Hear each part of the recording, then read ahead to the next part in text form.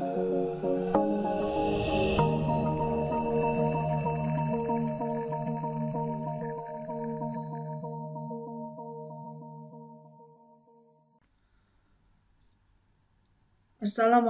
warahmatullahi wabarakatuh. Hari ini kita akan memasuki pertemuan keempat dan kita akan membahas model SDLC yang ketiga, yaitu adalah spiral model.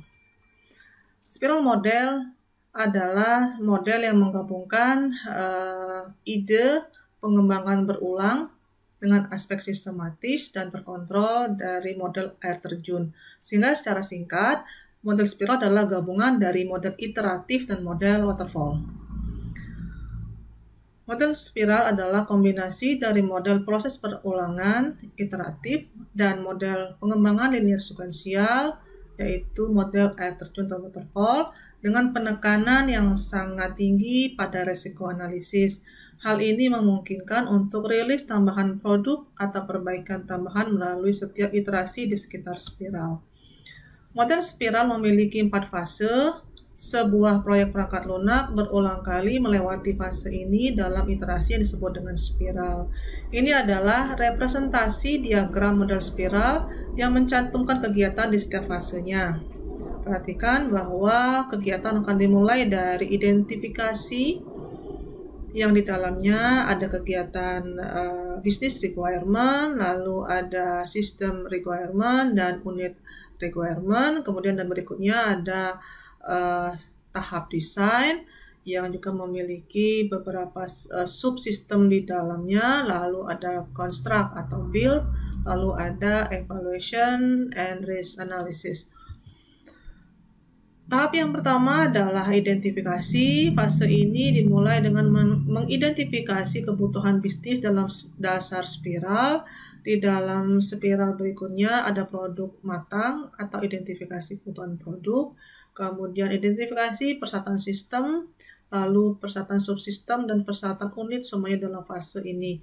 Fase ini juga termasuk memahami persyaratan sistem dengan terus-menerus komunikasi antara pelanggan dan analis sistem. Di akhir spiral, produk dikerahkan atau dilepas di pasar yang teridentifikasi.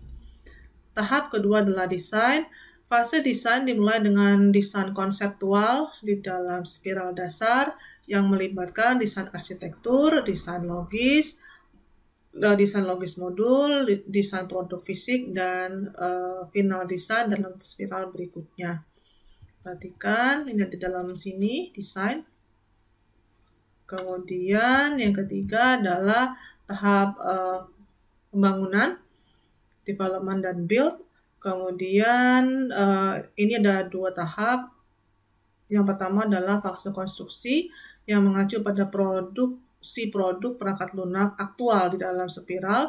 Kemudian di dalam spiral dasar, ketika produk baru dipikirkan dan desainnya sedang dikembangkan oleh proof of concept, maka tahap ini membutuhkan masukan dari pelanggan. Kemudian setelah mendapatkan masukan dari pelanggan, di tahap spiral berikutnya yang lebih tinggi, dibuat detail desainnya, kemudian model kerja perangkat lain disebut dengan build produksi dengan nomor versi. Kemudian hasil pembangunan sistem ini dikirim ke pelanggan untuk mendapatkan umpan balik. Nah, perhatikan di dalam gambar ini ada di sini.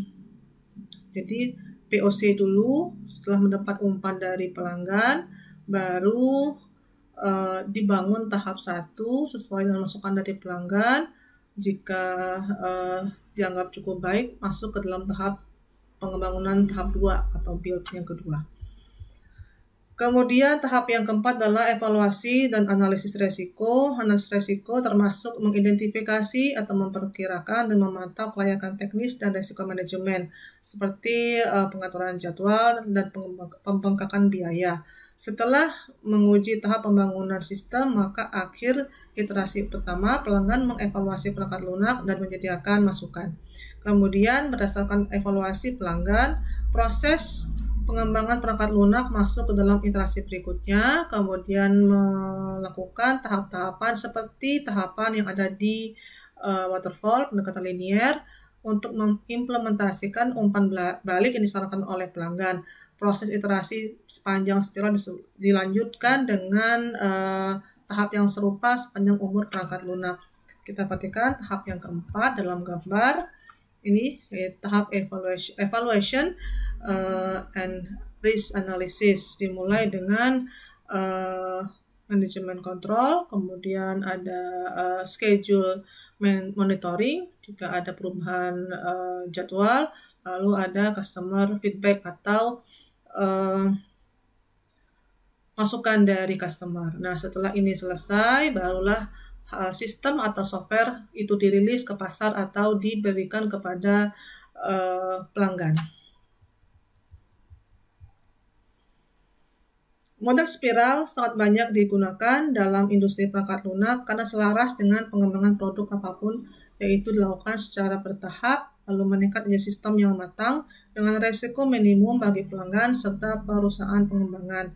Berikut ini adalah penggunaan khas model spiral, yaitu ketika biaya, ada kendala anggaran, dan evaluasi risiko itu dianggap penting. Kemudian untuk proyek berisiko menengah hingga tinggi, lalu komitmen proyek jangka panjang karena potensi perubahan ekonomi, kemudian prioritas karena persyaratan berubah seiring waktu, kemudian pelanggan yang tidak yakin dengan persyaratan karena tidak adanya kepastian kebutuhan di masa depan, kemudian persyaratan kompleks dan perlu evaluasi untuk mendapatkan kejelasan, lalu lini produk baru yang harus dirilis secara bertahap dan mendapatkan masukan dari pelanggan secara berkala, kemudian ada perubahan signifikan diharapkan pada produk selama siklus pengembangan.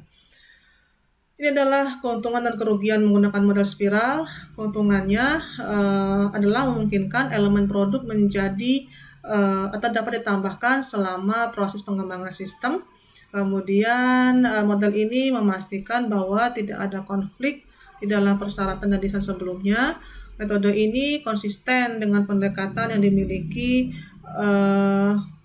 selama proses pembuatan dan saat rilis perangkat lunaknya, memungkinkan untuk membuat transisi yang teratur sampai tahap pemeliharaan.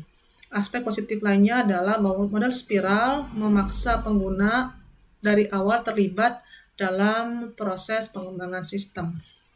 Di sisi lain, model spiral membutuhkan manajemen yang sangat ketat untuk menyelesaikan produk tersebut karena resiko menjalankan model spiral tidak terbatas.